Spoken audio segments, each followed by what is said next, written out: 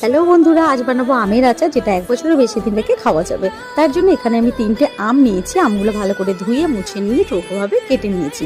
আপনারা যেমন ইচ্ছা শেপ দিতে পারেন। এবার এর মধ্যে পরিমাণ মতো নুন আর হলুদ দিয়ে ভালোভাবে মাখিয়ে 2 ঘন্টার জন্য রোদে শুকিয়ে নেব। শুকিয়ে নেওয়ার পর দেখতে ঠিক এরকমটাই হবে।